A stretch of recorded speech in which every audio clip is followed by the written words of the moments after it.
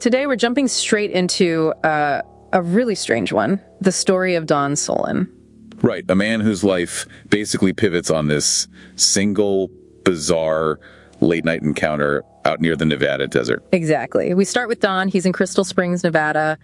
Things aren't going great for him. Mm-hmm. And the specific moment is Thursday, September 12th. It's late, like 11 p.m. He sees headlights. Yeah, pulling into his driveway. And his first thought isn't, visitors. No, not at all. The sources say he was ready for trouble. He actually grabbed a rusty crowbar. And he had security, right? Like a gate. Yeah, a pretty specific setup. A master tough padlock, a chain with exactly 28 links, 32 inches long. He was prepared. But what pulls up isn't exactly, threatening. Not visually, no. It's a car, a pea green Volkswagen Beetle. Looks like it's straight out of the 70s. And the driver gets out. Okay, and this is where it gets even weirder. Describe this guy. Older man, bald. But his clothes, wow. Black fedora, a maroon smoking jacket, and a black bow tie. Like he stepped out of a different era? Or maybe a different reality. Could be. And he doesn't waste time. He immediately confronts Don. What does he say? He just looks at Don and says quite directly, "You are not caring for yourself." Okay, and Don thinks he means, money problems, which he apparently has. That's his first thought, yeah. But the visitor clarifies, nope, not money. It's about Don neglecting his own mind, his inner life. Wow. So what's the solution, according to this stranger? It's a demand, really. A life-changing one. He tells Don, you have to start writing to survive. To survive, not just, feel better. Nope, survive. He needs to take a sabbatical, focus all his energy on writing, observe life, run from the dark thoughts, channel it all onto the page. And there's a deadline. There is. He has until October starts. Yeah. Which, for a struggling guy, how do you just drop everything and write for a month? That's a huge ask. How did Don process that? Well, the sources suggest it hit him hard. It wasn't just about the practical challenge.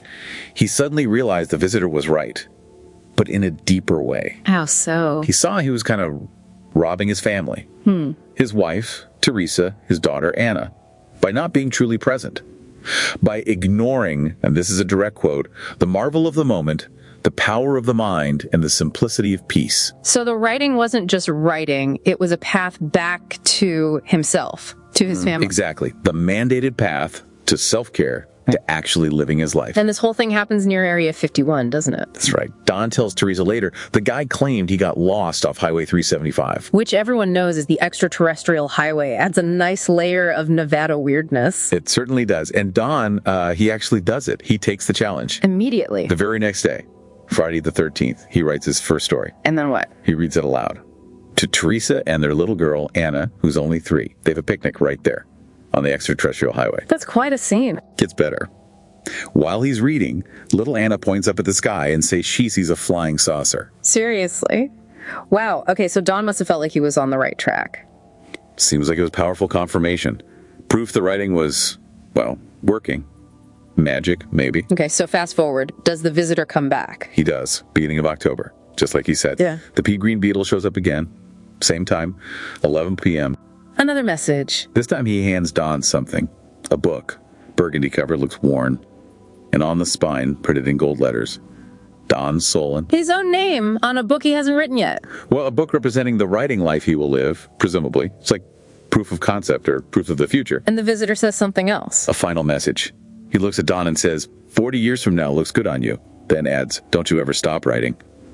Our life depends on it. Our life, not just Don's life. Exactly, our life. And then, poof. Poof. The man in the car just dissolve, vanish, gone. But he leaves something behind. He does.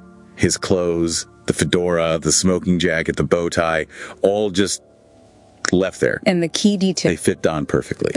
And inside the jacket, stitching that says D. Solen. D. Solen.